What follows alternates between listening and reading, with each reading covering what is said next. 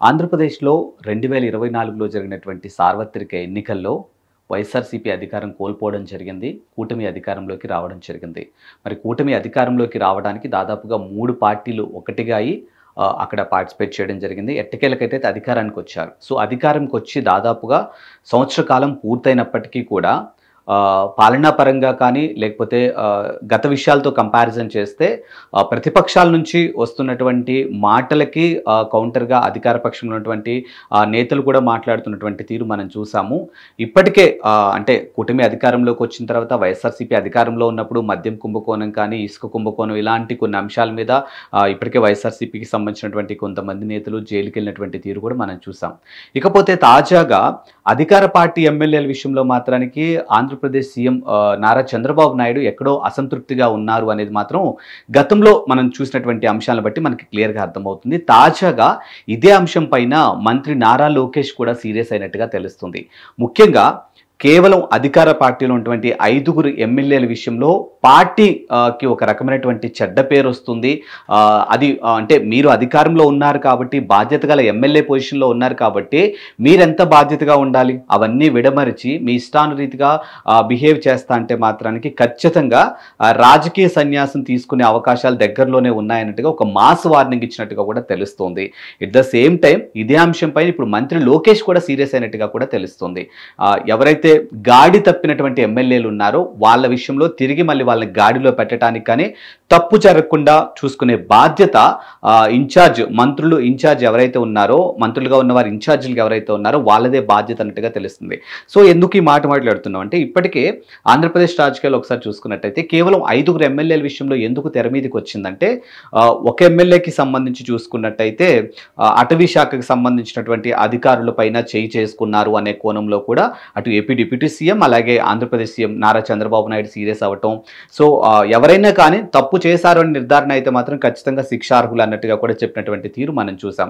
And ఇంకోవైపు నుంచి ఒక ఎమ్మెల్యే ఒక మహిళతో అసభ్యకరంగా వీడియో కాల్స్ మాట్లాడుతూ దానికి సంబంధించినటువంటి వీడియోలు కూడా బయటికి రావడం జరిగింది. కాబట్టి సో ఆ విషయంలో కూడా అంటే బాధ్యత గల ఎమ్మెల్యే పొజిషన్లో ఉండి ప్రజాప్రతినిధులుగా ఉండి ప్రజలకి మంచి చెడు చూడాల్సినటువంటి మీరే ఇలాంటి తప్పుదారిలో పడితే మరి ప్రజలకు మీరు ఏం సందేశం ఇస్తున్నారు అనే కోణంలో కూడా సీరియస్ అయినటువంటి తీరు మనం చూసాము. అండ్ ఇటీవల కాలంలో అంటే జీవిత ఖైదీ ఎవరైతే శ్రీకాంత్ ఉన్నారో ఆయనకి పెరోల్కి సహకరించినటువంటి ఇద్దరు ఎమ్మెల్యేలు సహకారంతో ఆయన బయటికి పెరోల్ విషయంలో కానీ ఇదంతా కూడా ఈ విషయంలో కూడా ఆయన సీరియస్ అయినట్టుగా తెలుస్తుంది. అండ్ మరో ఎమ్మెల్యే విషయం చూసుకున్నట్టయితే అధికార పార్టీలో ఉన్నటువంటి ఎమ్మెల్యే సోకాల్ ఎవరో ప్రిన్సిపల్కి సంబంధించినటువంటి అంశంలో ఏదో తన్ని ఇబ్బందులకు గురి చేస్తున్నారు, అందుకే నేను సూసైడ్ చేసుకుంటున్నాను అన్నట్టుగా కూడా ఒక అంశం రావడం జరిగింది.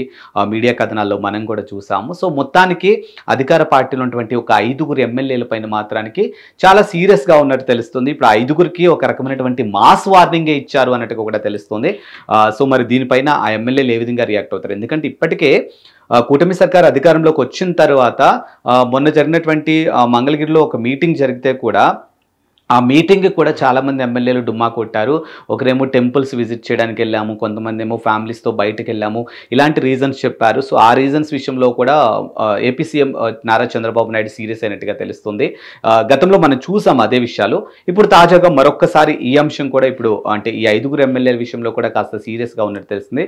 మరి ఈ ఎమ్మెల్యే బాధ్యత అనేది ఇప్పుడు ఎవరైతే మంత్రులుగా ఉండి ఇన్ఛార్జీలుగా ఉన్నారో వాళ్ళకి అప్పచెప్పారు కాబట్టి మరి తిరిగి ఇలాంటి తప్పులు పునరావృతం కాకుండా చూసుకుంటారా ఏంటి అనేది మనకి తెలియాల్సి ఉంది. అట్ ద సేమ్ టైం ఇప్పటికే వైఎస్ఆర్సీపీ అధికారంలో ఉన్నప్పుడు చేసినటువంటి తప్పులకు గాను ఇప్పుడు వాళ్ళందరినీ జైలుకు పంపిస్తున్నారు. చేసిన తప్పులు ఖచ్చితంగా అనుభవించాలి అన్నట్టుగా కూడా టీడీపీకి సంబంధించినటువంటి కానీ కూటమికి సంబంధించినటువంటి నేతలు, కార్యకర్తలు, ప్రజాప్రతినిధులు మాట్లాడినటువంటి తీరు మనం చూసాం. కాబట్టి ఆ అంశం ఒక ఎత్తు అయితే లేదు, రాజకీయ కక్ష సాధింపులో భాగంగా చేస్తున్నారు అనేది వైఎస్ఆర్సీపీ వాళ్ళ ఆరోపణలు మనం చూస్తూనే ఉన్నాం. కాబట్టి ఇలాంటి ఒక తరహాలో అధికార పార్టీలో ఉన్నటువంటి ఎమ్మెల్యేలే ఇలాంటి మిస్టేక్స్ చేస్తుంటే ప్రజలకు మనం ఏం సందేశం ఇవ్వాలి? అట్ ద సేమ్ టైం ప్రతిపక్షాల నుంచి మనం ఎలాంటి మాటలు వస్తాయి, సో వాటిని మనం ఎలా ఓవర్కమ్ చేయాలి, అసలు ప్రజలు మనం ఎలా నమ్ముతారు ఏంటి అనే ప్రశ్నలు ఎక్కువగా వినిపిస్తున్నాయి. ఇదే మాట 1కి 2 సార్లు అటు టీడీపీ అధికార అధినేత చంద్రబాబు నాయుడు గారు, జనసేన అధినేత పవన్ కళ్యాణ్ గారు, at the same time BJP నుంచి కూడా ఎవరికి వాళ్ళు ఈ అంశాన్ని బయటికి ఎమ్మెల్యేల విషయానికి కానీ లేకపోతే కార్యకర్తల విషయంలో, నేతల విషయంలో తీసుకొస్తున్నప్పటికీ కూడా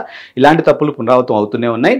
సో ఇక మీదట అవ్వకూడదు అనే విషయాన్ని మాత్రం మంత్రి Nara Lokesh, at the same time AP CM Nara Chandrababu Naidu కూడా క్లియర్గా ఒక రకమైనటువంటి వార్నింగ్ ఇచ్చినట్టు తెలుస్తుంది. చూద్దాం మరి ఈ అంశం ఏ విధంగా ముందుకెళ్తుందని.